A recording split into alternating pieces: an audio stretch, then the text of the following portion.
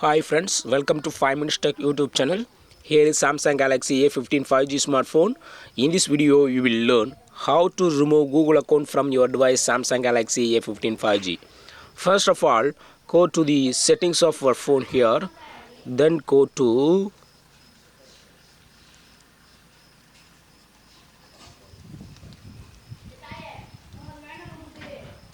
accounts and backup.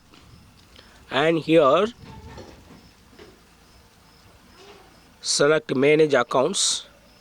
And here select the email ID that you would like to remove from your device. Here I select this is the email ID. Okay, and click on remove account and click on remove account here, and it will ask you to confirmation. Okay, click on are you sure, click OK, and it will ask you to verify with your password. Okay, that is fingerprint or pattern.